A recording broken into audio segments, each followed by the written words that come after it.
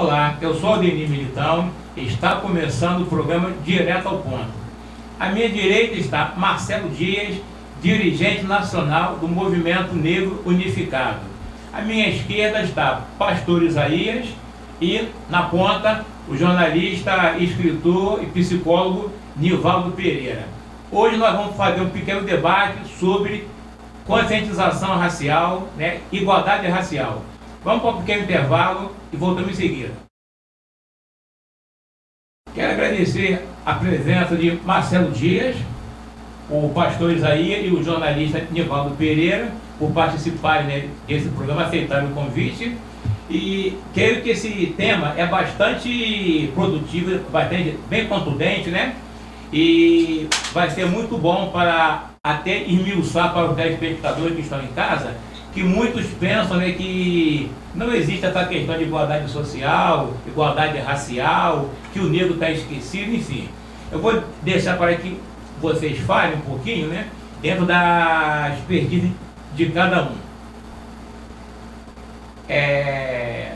Teve até um telespectador que a gente sempre conversa antes de começar a programação, quando estamos montando a pauta, e aí ele estava falando sobre o seguinte: a questão, tantos feriados que tem no Brasil, que tem no Rio de Janeiro, de um modo geral, e que o 13 de maio, que só se dão ênfase hoje em dia ao feriado de novembro, conscientização negra, consciência negra, em novembro, mas não falam do dia 13 de maio, que já foi feriado, muitos nem sabem disso, entendeu? E hoje passa como um dia comum, entendeu? Gostaria que vocês falassem a respeito disso. Vamos começar ouvindo a opinião do Marcelo Dias.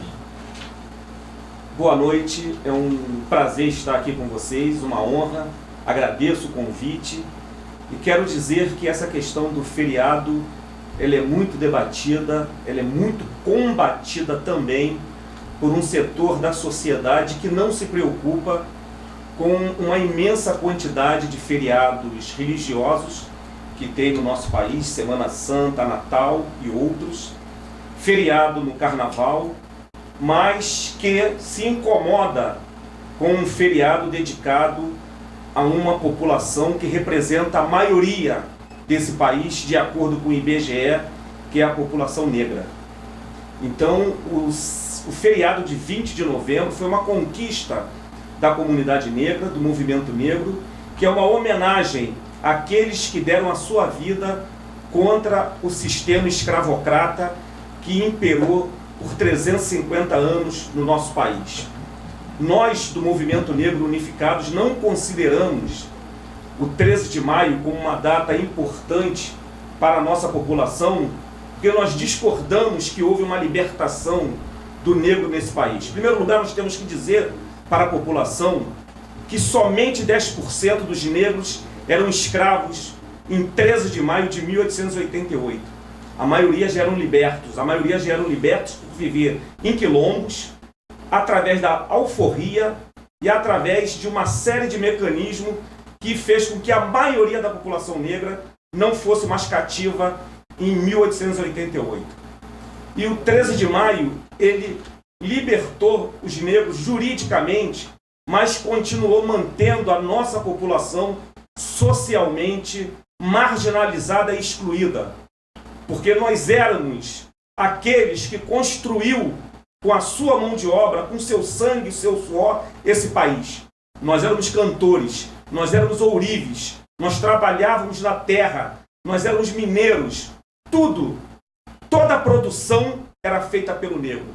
Depois do dia 13 de maio de 1888, trouxeram os imigrantes europeus e nos jogaram na sarjeta. Isso é o fruto dessa política de exclusão racial, racista, é a situação que vive a comunidade negra no nosso país. Inclusive, muito boa a fala do nosso amigo Marcelo Dias, e eu queria continuar nesse pensamento que ele teve.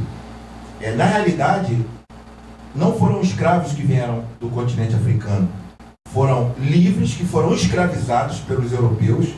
O português foi o primeiro a chegar naquela terra, e escravizaram os negros lá, negros médicos, padeiros, com suas profissões, vivendo a liberdade, com a riqueza que a África tinha, ainda tem, e vilipendiaram, invadiram, trouxeram os negros para cá, muitos morreram na travessia, vieram do Benin, do Senegal, da Nigéria, entre outros, e outros países, chegaram aqui e foram, como ele disse, escravizados.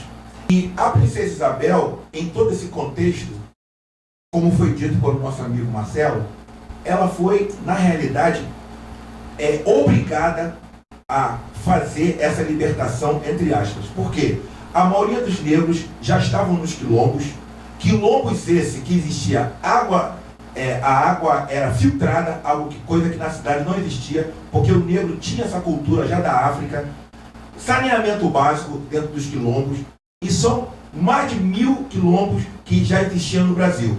Então os negros fugiam para os quilombos ou compravam a sua liberdade dos senhores de escravos.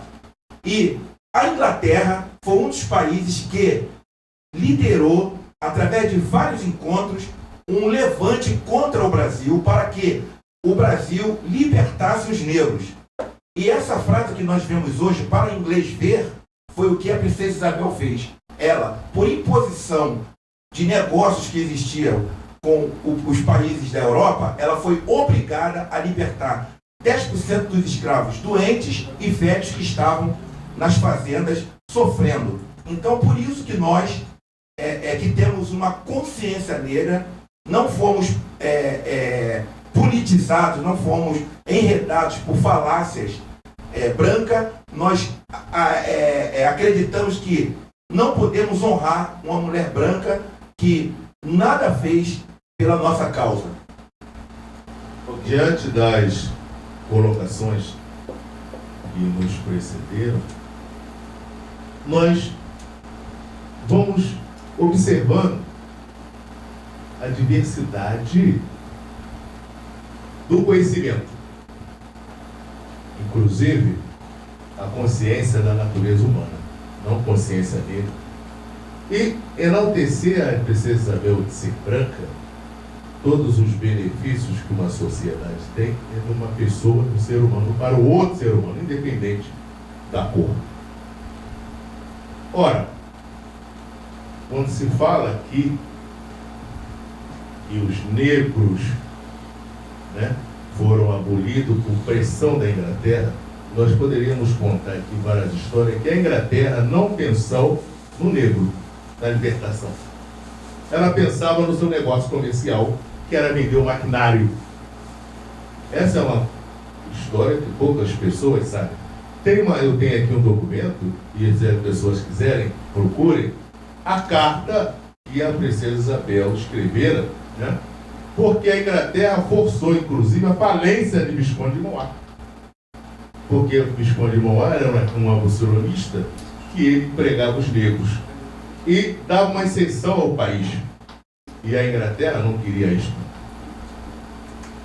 Então, a princesa Isabel, quando se fala em quilombos, aqui no Rio de Janeiro, e no Leblon, porque o nome do Leblon é que era o nome do cidadão, chamado Quilombo das Camélias. Essa é uma questão que as pessoas devem procurar.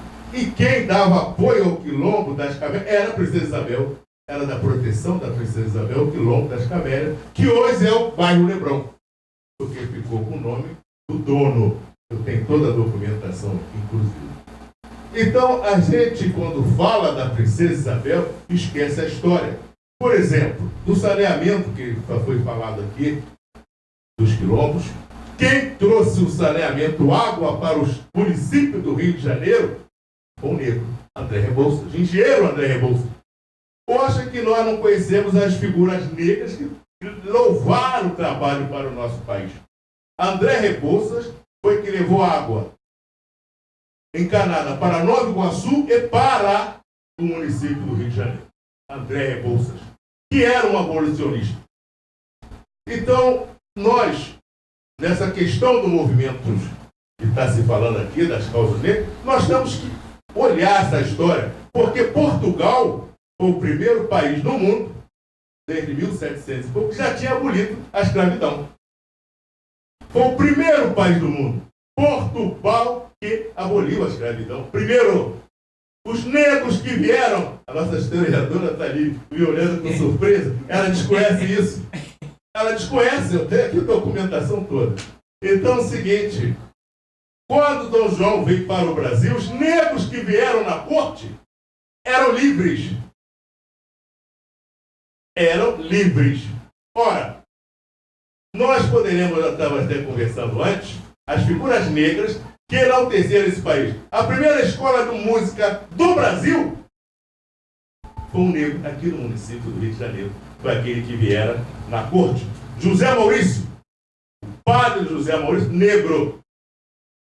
Ora, eu poderia citar desse período dos conselheiros que fizeram esse país crescer no tempo do Império, que no tempo do Império nós tínhamos a maior número de ferrovia, a segunda marinha mercante do Brasil, do mundo, era o Brasil, era no Império. Eu tenho a relação aqui de todas essas questões. A Inglaterra, e tem mais, o Brasil só teve um período em que ele foi totalmente soberano. Foi na época de Dom Pedro, que pagaram as dívidas. Foi o único período que o Brasil ficou livre de dívida. E foi assessorado pelos negros. Por isso a perseguição dos negros, a raiva que tinham dos negros. Ora, então são algumas histórias que quando se fala da princesa Isabel de embranquecido, olha, ela tinha José do Patrocínio, inclusive eu tenho um neto de um cidadão, que pertencia à Guarda Negra. Historiadora, não sei se ela tem conhecimento, a princesa Isabel tinha a Guarda Negra para protegê-la. Então, ela foi ameaçada de morte, porque os barões não queriam, porque quantidade de negros era poder econômico. Então, eles queriam a indenização. Tem o Estatuto do Abolicionista que falava em terra, mas eles não davam. Inclusive, a República foi uma revanche contra a coroa. Essa é uma história que tem que ser discutida. Vamos para um pequeno intervalo e voltamos em seguida. Dando sequência aqui ao nosso tema, né? Igualdade racial, com a palavra pastor Isaías. Eu queria ver com um olhar um pouco diferente do nosso amado senhor Nivaldo aqui, a respeito dessa questão de Princesa Isabel.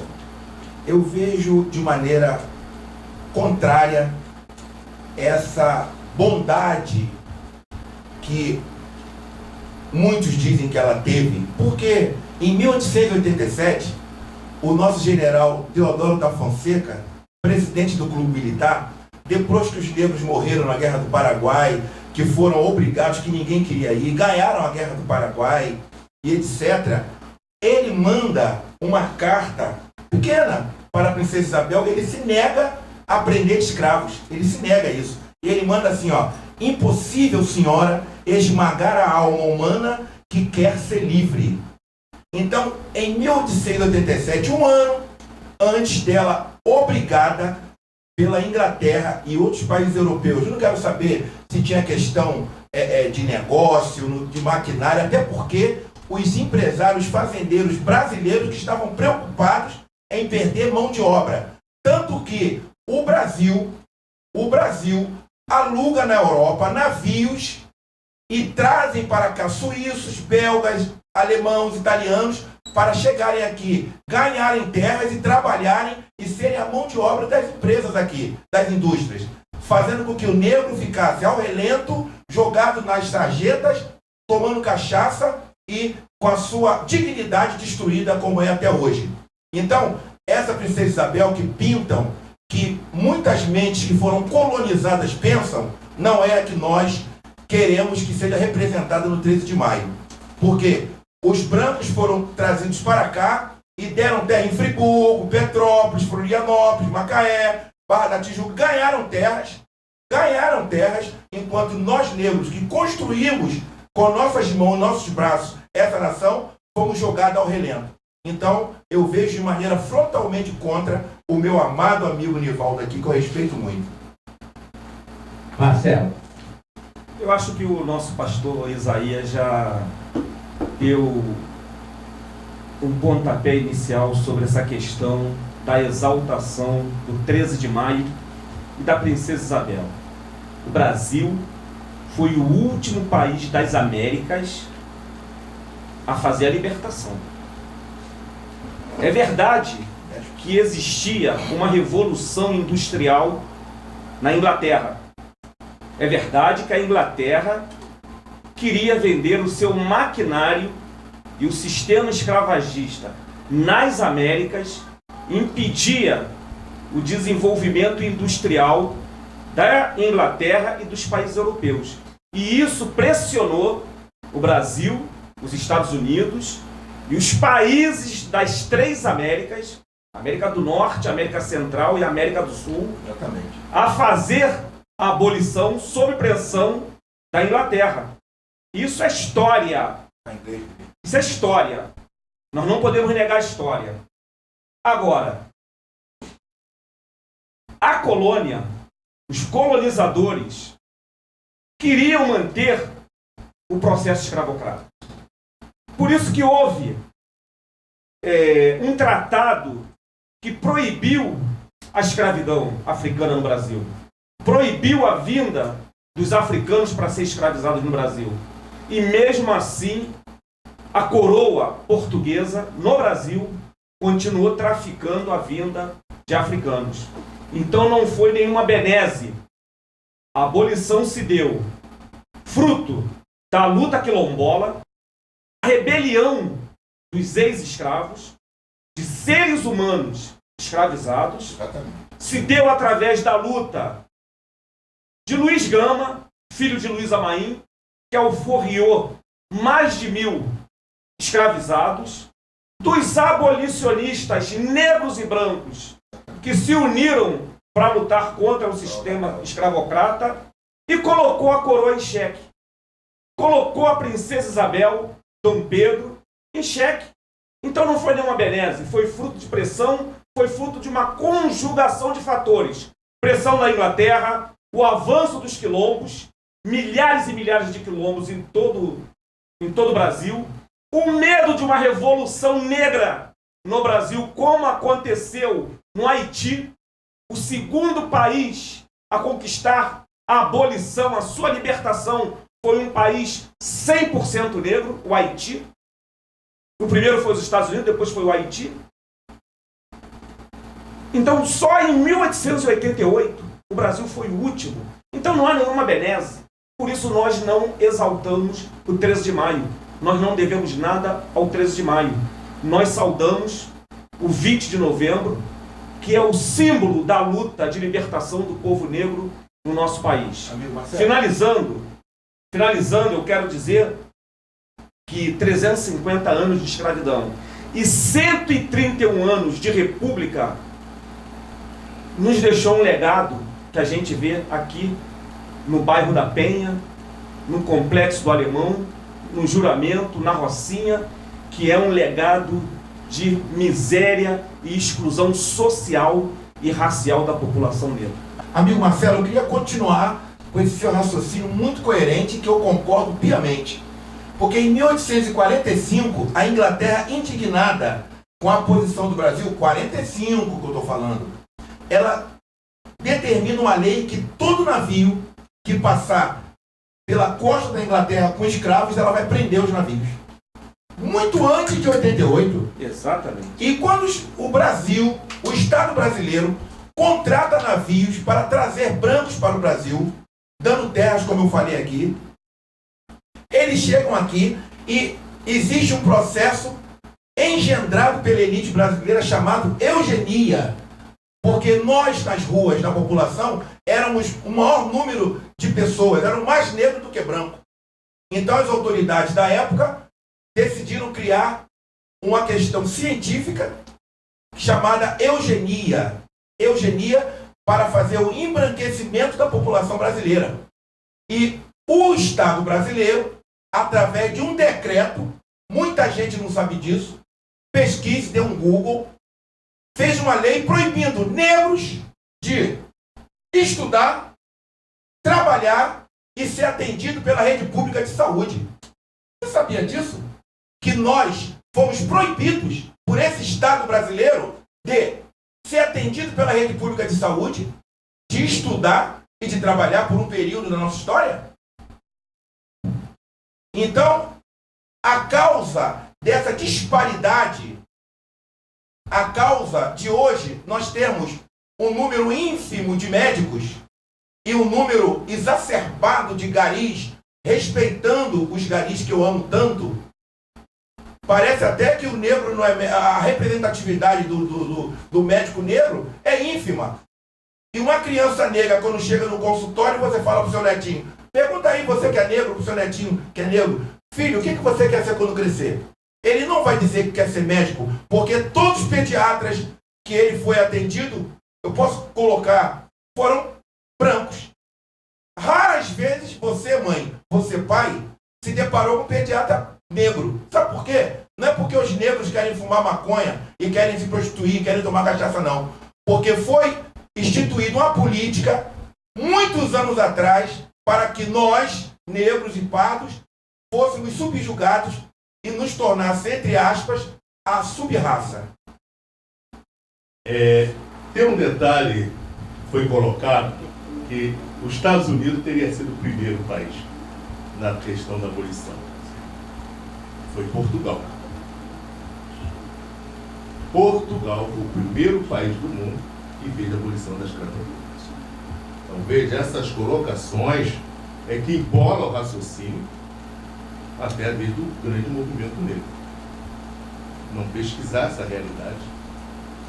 Portugal, quando falou no Google, bota lá no Google, o primeiro país, a abolição do mundo foi Portugal.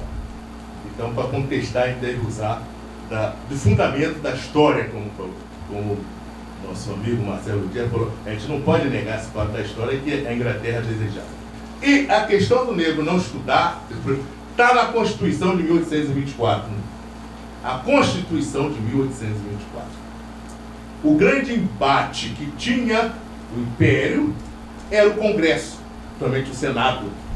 Eram os próprios brasileiros, que eram os barões, que sempre travou a sociedade brasileira.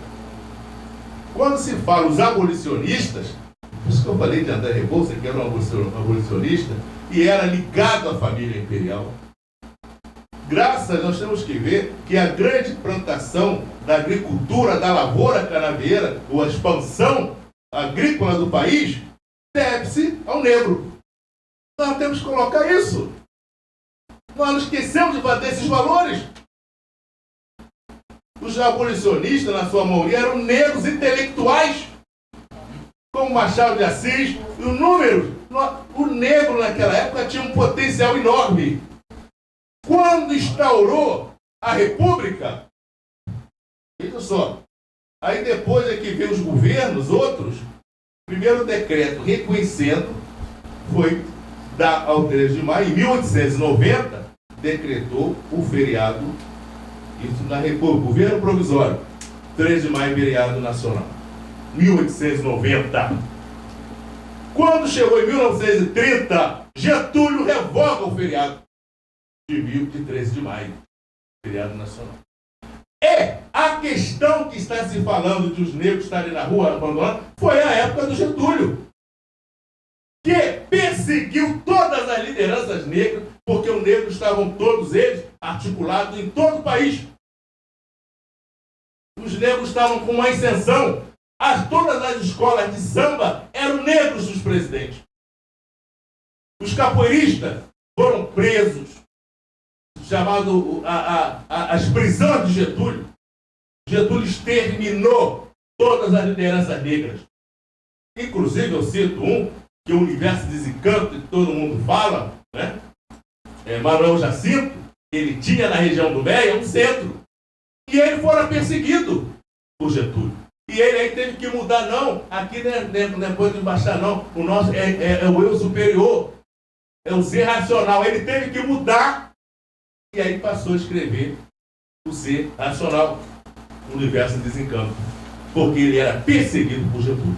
Então, a essa miséria que Getúlio que não trouxe as pessoas, essa imigração que ele está falando, você agora está concordando? Um minuto. Não, peraí, foi na época do Getúlio, que não dava aos negros. A gente tem que colocar isso na história, que todos nós enaltecemos. Getúlio foi o pior mal para o negro. Um minuto, uma parte. Eu acho que a gente tem que escurecer algumas coisas.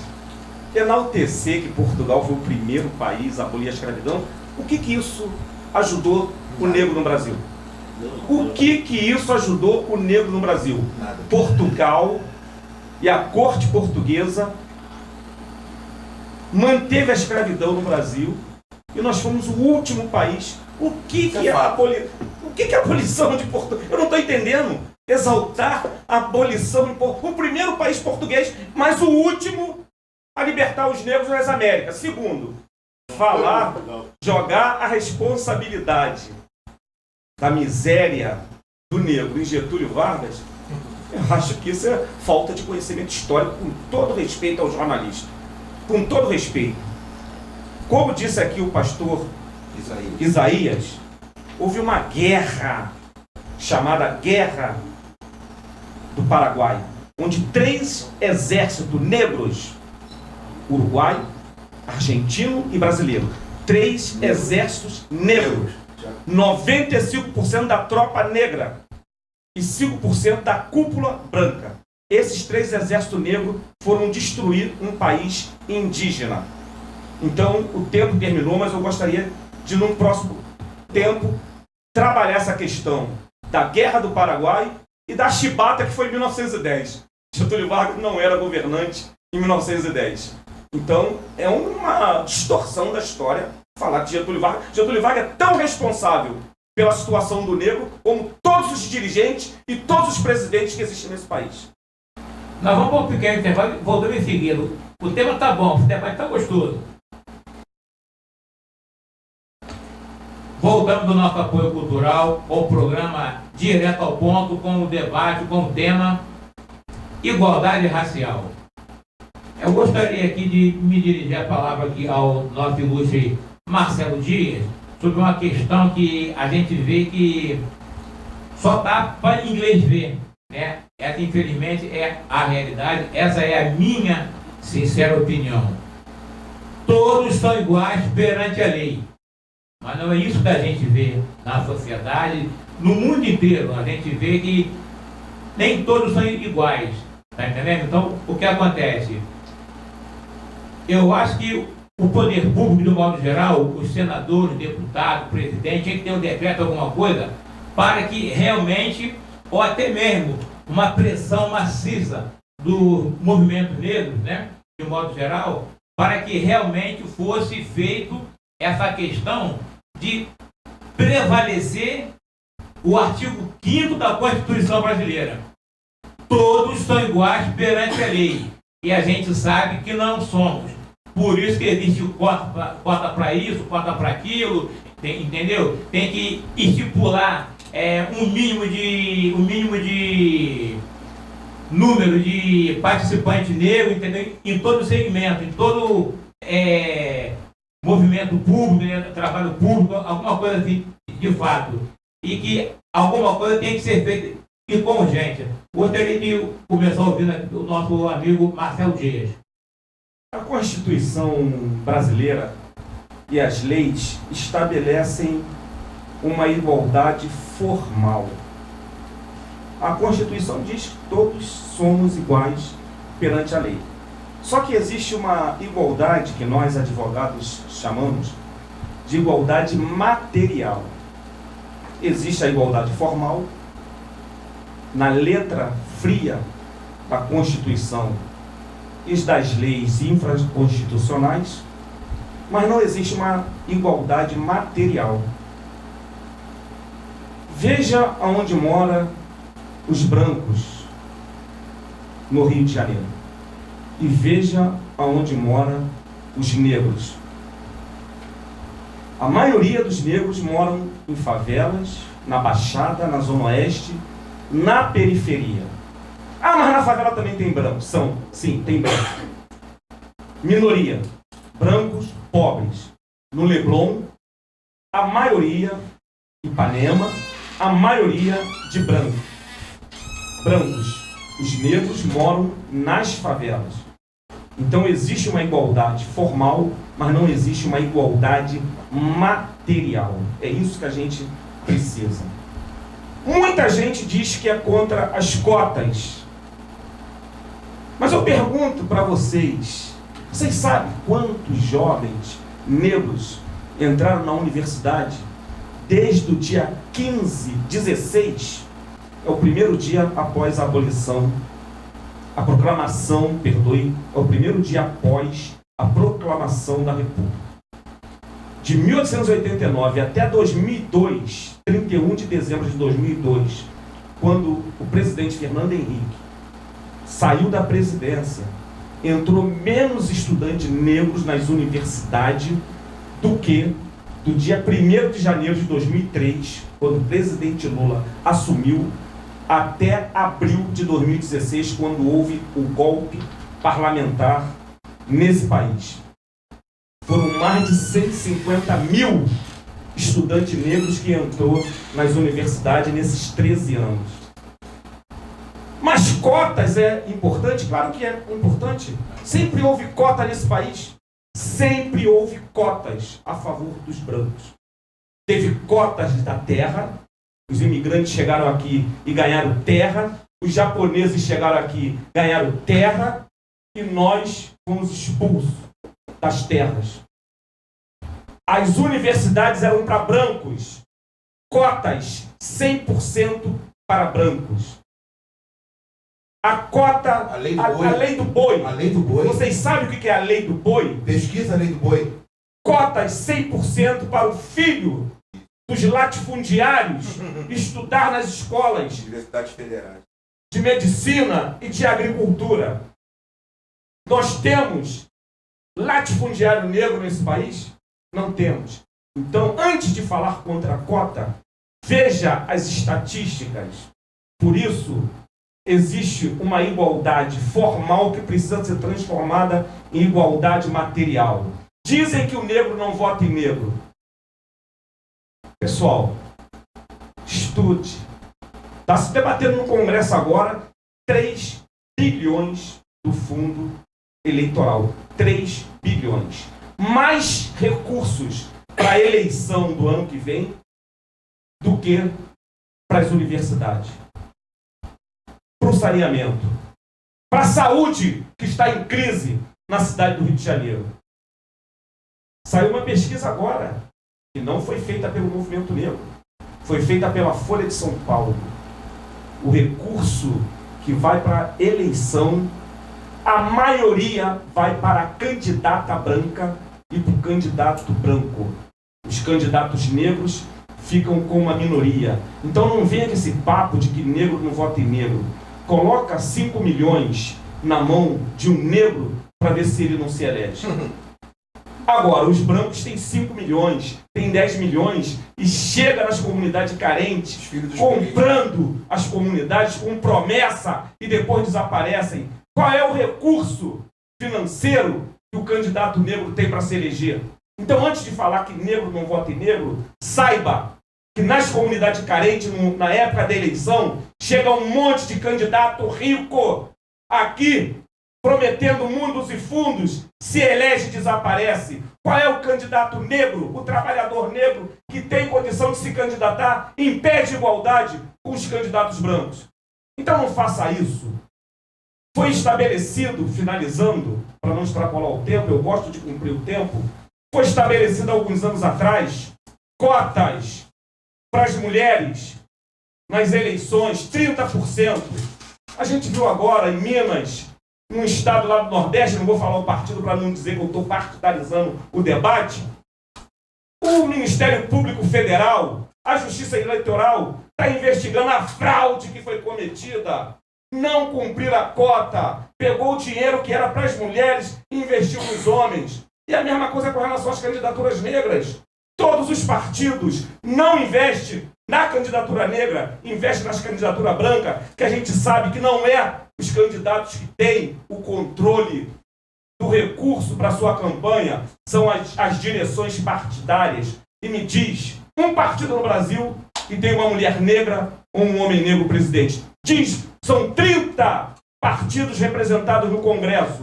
Me diga um que tenha um presidente negro ou um que tenha uma presidenta negra. Marcelo, a sua fala é contundente e eu sempre concordo com o que você falou, porque tem muita coerência, é fato, é algo que é visível a todos nós. Não precisa você ir muito longe para você ver essa realidade. E agora eu vou puxar um pouco para o meu quinhão. Eu, como pastor evangélico, eu posso, com conhecimento de causa, falar a respeito dessa igualdade, que todos são iguais perante a lei. Você falou dos partidos, presidente de partido branco, não tem negro, diretório de partido, poucos negros. Eu vou para as religiões. Eu não vou falar do candomblé, eu não vou falar da Umbanda, eu não vou falar da capoeira, que os brancos tomaram a direção da capoeira. Eu não vou falar dessas questões, eu vou falar da Igreja Evangélica Brasileira, onde, segundo o IBGE 2010, em média, 75% dos fiéis evangélicos são negros.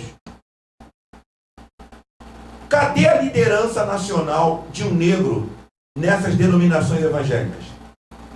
Assembleia de Deus, Presbiteriana, Congregacional, Nova Vida, Brasil para Cristo, Batista.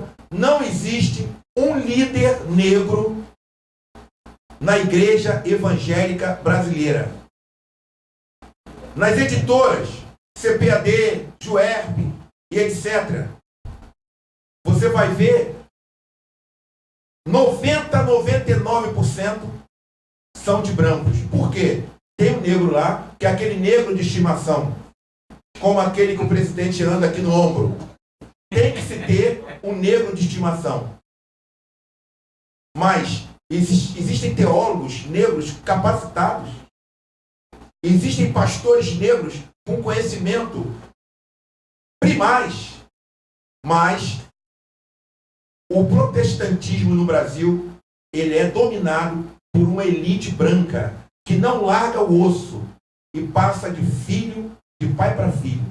Então, essa Constituição, como foi dito aqui, como muitos documentos, são frios, escondidos, mas a realidade que nós vivenciamos, e eu quero ver alguém questionar e desdizer o que eu estou dizendo, porque eu estou falando fato.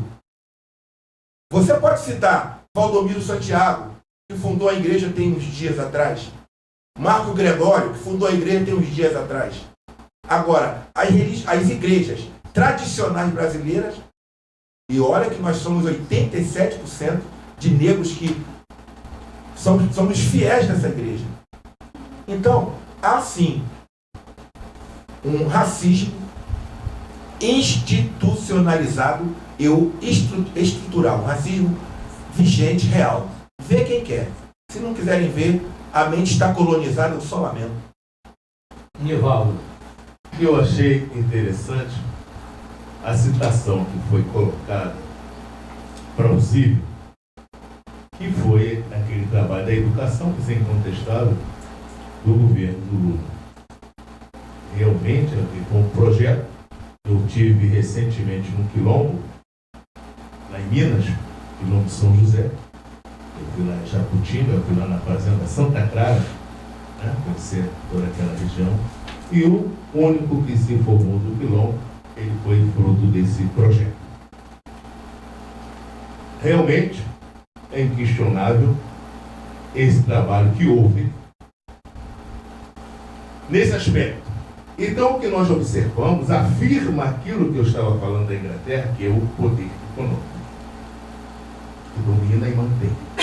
Quando se abriu a condição de dar abertura para que o negro tivesse como estudar, como eu estive lá no Quilombo, isso é fato, eu estive lá com a família, Entendeu?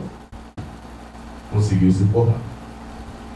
Porque antes não tinha acesso. E o trabalho não tinha ele como poder estudar. Ora, quando se falou da Europa, da escravidão, que mantém todos aqueles países colonizados, a Europa, a Inglaterra, a França, ora, é exatamente porque detém essa minoria, como nas igrejas, do poder econômico. E todos os outros colonizados são escravos, inclusive o Brasil. A Europa é a pior escravagista, porque ela usa esse poder econômico, como usava até todos aqueles países. Nós não queremos ver e entender. E a religiosidade, como o senhor falou aqui, das igrejas, foi bom que assim citasse a própria tradução, que a tradução não sei o que de Almeida, não é isso? Ele, quando trabalhou para traduzir, ela foi adulterada. Não deixaram publicar a versão real. O senhor sabe dessa questão? Da tradução da Bíblia no Brasil. Aquela tradução de João de Almeida, não é isso? Aquele maior tradução. João Ferreira de Almeida. Ele, coitado, quando ele fez, depois pegaram todos os livros dele. E depois saiu, depois ele de morto, revisada. Nós hoje, nós somos cegos, porque aquela versão, ela não foi realmente traduzida. As religiões, com todo respeito aqui aos religiosos, veja bem, aí são documentos, são fatos, sim. Elas são usadas com poder de dominação. E sempre foi. Mas tem a elite dominando. Constantino, quando vira a Igreja Católica, que não podendo combater aqueles que estavam seguindo a Cristo, aquela coisa toda que queimavam, ele, peraí, não dá, fica difícil. Ele se converteu e instituiu o papado. E aí os bárbaros que estavam, os bárbaros se curvam a ele, e depois os bárbaros também se convertem. E quem é que fica na dominância das igrejas? É o que acontece na igreja que o senhor está falando. A dominância são associados. E associados também na política, porque são eles que elegem os candidatos, que elegem os presidentes, tudo a cor. Mas nós não queremos ver isso. Não, política não se mistura com... Está dentro das religiões, porque eles apoiam, porque eles depois recebem. E não vai pagar IPTU, não vai pagar imposto de renda, foi muita isenção. E a sociedade, principalmente o negro, que não tem condições. E a questão das cotas é uma realidade. Por exemplo, o militar, naquele tempo, se vai transferido, vai para o colégio militar, os filhos do militar, principalmente se for de oficial superior. Essas cotas sempre existiram. Por exemplo, quando ele falou aqui dos fazendeiros e da imigração, o negro nunca teve direito à terra. Era proibido o negro ser proprietário.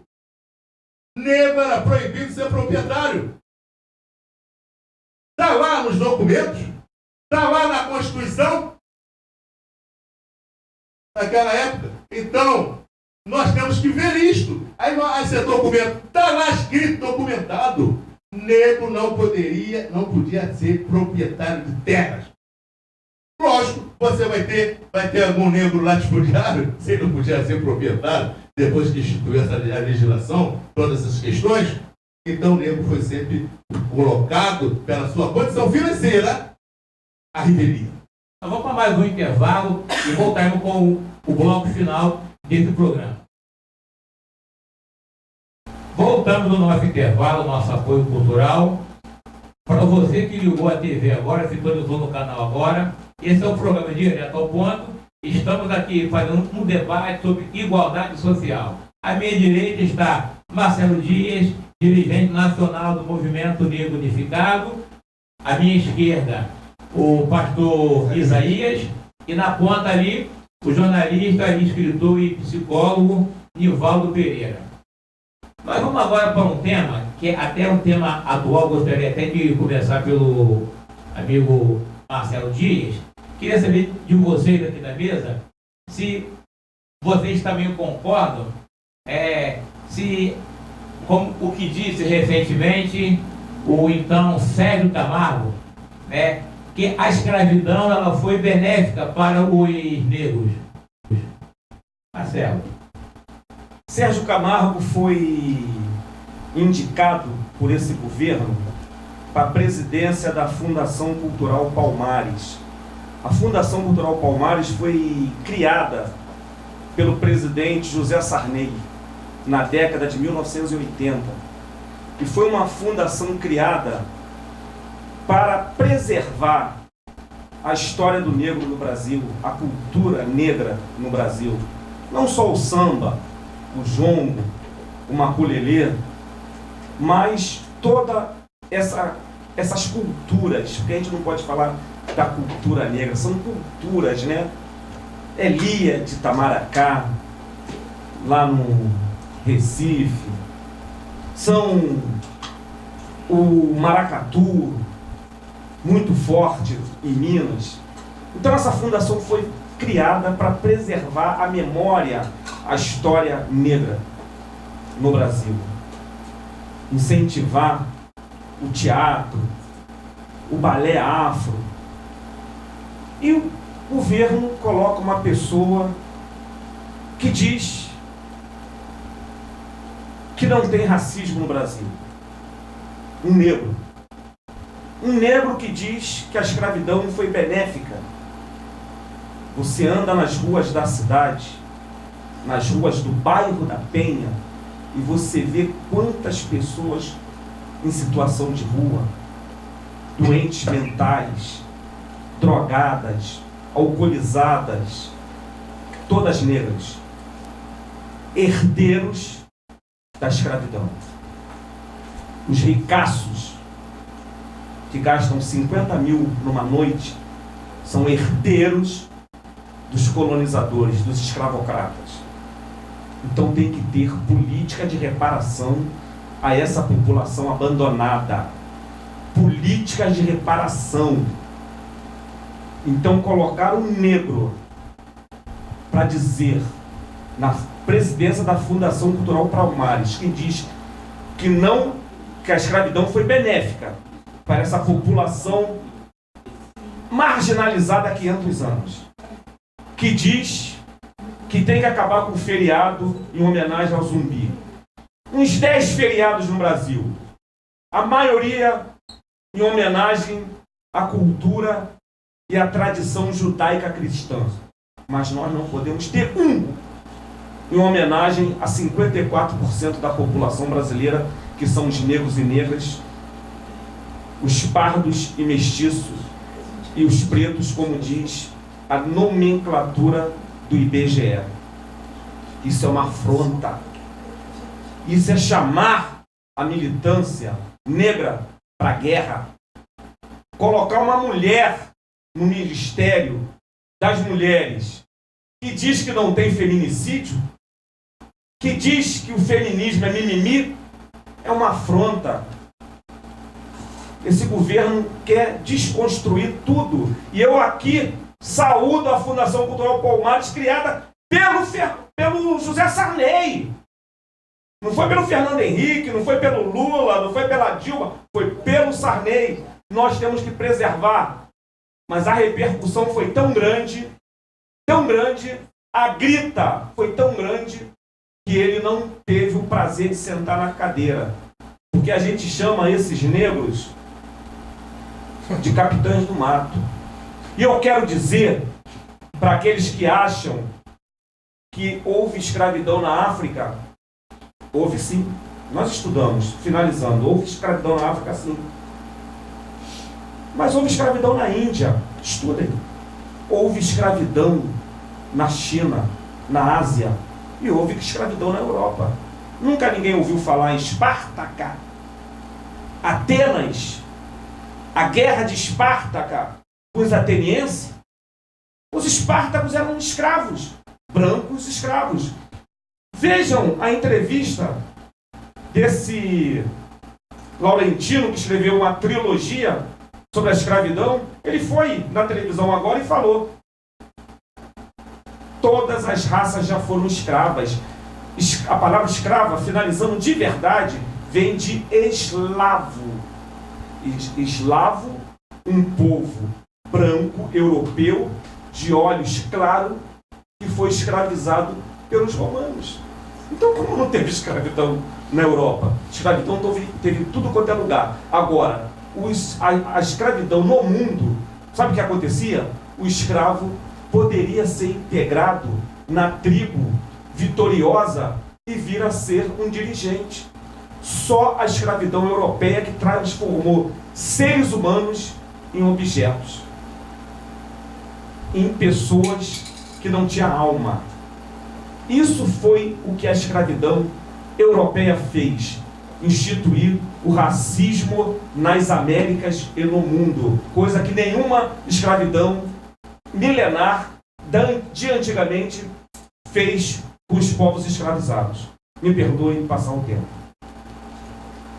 É interessante a fala do meu amigo Marcelo sobre essa questão maléfica, doentia desse senhor Sérgio, que decepcionou a muitos. Decepcionou a muitos. Com certeza ele não conhece a história do seu povo. Eu não sei nem se ele sabe que ele é negro. Que existem muitos negros que, com as suas mentes colonizadas por uma estrutura, ele se acha clarinho, moreninho claro, e ele usa esse termo mimimi, que é um termo que nos ofende. E eu estou muito feliz, fico muito feliz, porque pela pressão da sociedade no geral, ele, como foi dito, não teve nem o prazer de sentar na cadeira. Negativo. Porque ele foi bombardeado por todos os movimentos sociais pela fala infeliz dele. E me preocupa muito um negro retinto como ele, como nós costumamos dizer, última tinta, tinta forte, que o pai é contrário a ele, deu um depoimento, o irmão é contrário a ele, deu um depoimento contrário. Pense dessa forma. E eu queria dizer que a escravidão ela não foi benéfica, ela foi maléfica. Porque, como eu disse, pegou um povo livre, um povo que vivia dentro de uma liberdade. A questão de dizer que o negro escravizava o negro é uma questão muito particular, porque a escravização eram as guerras tribais que existiam. O negro era preso, mas ele comia, ele bebia, ele era respeitado, ele trabalhava, ficava, entre aspas, junto com o seu povo, e depois ele era liberto. Mas essa escravidão mercantilista, que só os mais fortes, através do olhar do dente, da canela grossa, esses eram os aproveitados, os restantes eram mortos e jogados ao relento. Essa escravidão mercantilista, capitalista, foi do europeu. E eu não quero saber se o negro escravizou o negro. Eu quero saber que o Brasil foi construído por escravos, pessoas que foram escravizadas vindo da África. Isso é ponto. Eu e minha esposa tivemos um prazer muito grande, amigos, em descobrir a nossa descendência, a nossa ancestralidade. Eu fiz um exame que eu descobri que os meus antepassados vieram do Senegal. E me veio lágrimas nos olhos em ver meus avós agricultores, analfabetos, minha avó de Campos, meu avô de Minas, a minha mãe uma doméstica, meu pai um camelô, eu e mais 6 irmãos de escola pública, porque eles não tiveram condições, porque os pais dele não deram condições para eles. Isso é fato. Isso acontece aí na sua casa. O seu pai é alcoólatra? O seu pai teve ataque cardíaco? Ele morreu? Isso é coisa do negro, isso é doenças psicossomáticas que nós trazemos dos porões dos navios. E tem pessoas ainda que dizem que isso é mimimi e que nós estamos nos vitimando. Não. Repetindo, nós não temos nada do que nos vitimar. Porque nós, quando nos dão oportunidade, como a questão das cotas das universidades, os melhores alunos são os cotistas. No esporte, na maioria dos esportes onde o negro tem entrada,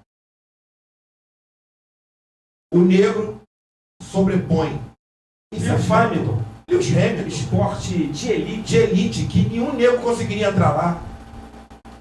Golfe, Serena Williams, que o pai dela era um catador, conseguiu colocar ela lá. Usain Bolt, Pelé, que precisa ainda conhecer a sua história. Ele ainda não conheceu a história dele ainda. É um negro ainda que tem a mente colonizada. Pelé, o golfista Tiger Woods, que o pai dele catava a bolinha. E eu vejo a reunião branca dizendo: nós não podemos deixar esses negros entrarem mais, porque eles tomam. Então nós não temos de que ficar lamentando, porque nós não temos mimimi. Nós requeremos direitos que nos foi tirado desde os porões dos navios. Desde os porões dos navios. Isso é direito. E nos Estados Unidos existem ações que houve questões fiduciárias para pagar. Porque se o meu tataravô construiu essa cidade, construiu Castro Valongo, construiu prédios, construiu estradas, eu tenho o direito de receber pelo trabalho que ele teve tomando chibatada sem beber água e sem comer. Eu tenho o direito de receber. E nos Estados Unidos isso aconteceu. E vem Morgan Freeman, totalmente, eu não sei nem se essa frase é dele mesmo, um bando de negros, não é dele essa frase, um bando de negros ignorantes, que ignoram a sua história, colocar Morgan Freeman, que é consciência humana, não é consciência negra. No país dele, que houve um dos maiores movimentos em favor da igualdade racial, para dar visibilidade ao negro na medicina, nas cortes marciais, nos esportes, na televisão, em Hollywood, onde a igreja americana se posicionou através do reverendo Martin Luther King, dentre outros. Então, eu só lamento a fala desse senhor Sérgio Camargo. Inclusive, nessa fala do pastor Isaías, quando ele fala da questão psicossomática, que o negro sofrera, mas todas aquelas pessoas que tiveram a sua traumatização, porque nós, a nossa consciência, a nossa mente, transfere para o nosso corpo tudo aquilo registrado na história de vida anterior. Isso nós temos dentro da biologia, a primeira lei de Mendel, a segunda lei de Mendel. O passado nos contenta. Até tem uma música bonita, né? Naquele da Portela, Paulinho da Viola. O passado, eu não vivo no passado, mas o passado eu vivi. A letra é muito bonita. Ora, e eu escrevera um livro, vou passar aqui para cada um, A Humanização das Políticas Públicas como Fundamento para a Solução da Crise Brasileira. Por coincidência, vai dar para depois para os outros, né? Daremos também. Muito obrigado. E aborda essa questão, nosso Marcelo Dias também chegou lá, né? Chegou. Alienação. Hoje nós podemos dizer que nós vivemos todos escravizados. Nós vivemos um processo de escravização. Nós vivemos hoje num estado de neurótico, já até passamos de angústia, porque nos tornamos impotentes. E quando as pessoas se tornam impotentes, elas se tornam violentas. A violência irá aumentar mais na nossa sociedade, diante desse caos exacerbado que é da dominação. Até um inseto, por mais insignificante que pareça, quando ele está encurralado, ele pula na sua cara. E nós estamos sendo conduzidos, a questão política, do judiciário, né, executivo, tudo, ela só tira. E o cidadão esquece que ele tem a vida. Cada pessoa tem a vida. Ninguém dá a vida para alguém. Ninguém pode dar a vida para o Isaías, para o Aldenir, para o Marcelo Dias. Nós esquecemos porque a nossa mente está dominada. Quem pode me dar a vida? É um dom. Não vou nem falar em Deus, da criação. Entenda como queira.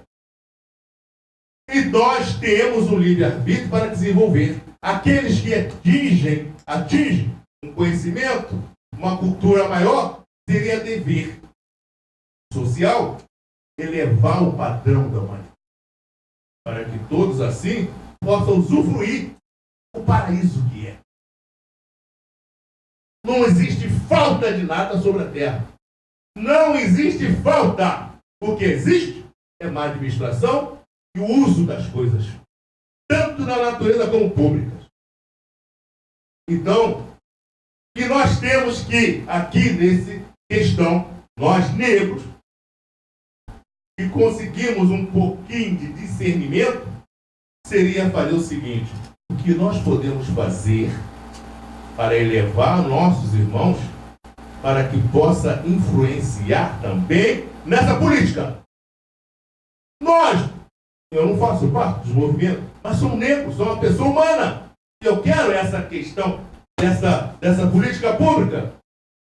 Os movimentos negros, todos, deveriam se unir e não se dividir pelas coisas diferenciadas de 3 de maio, de Zumbi, mas sim de ter sua representação política. Aqui no município do Rio de Janeiro, quantos negros os movimentos poderiam eleger em Nova Iguaçu, em cada município? Isso seria uma forma de nós exaltarmos a vida dentro de nós. Porque eu posso ter todo o passado ensanguentado, estraçalhado, mas ainda tenho a vida em minhas mãos para construir. Eu quero agradecer a presença e a participação do jornalista Anivaldo, do pastor Isaías, do nosso amigo Marcelo Dias, né, que também é representante nacional do Movimento Negro Unificado. Nosso programa está chegando ao final. Nós vamos dar continuidade na semana que vem com a igualdade racial. Um abraço e até o próximo programa.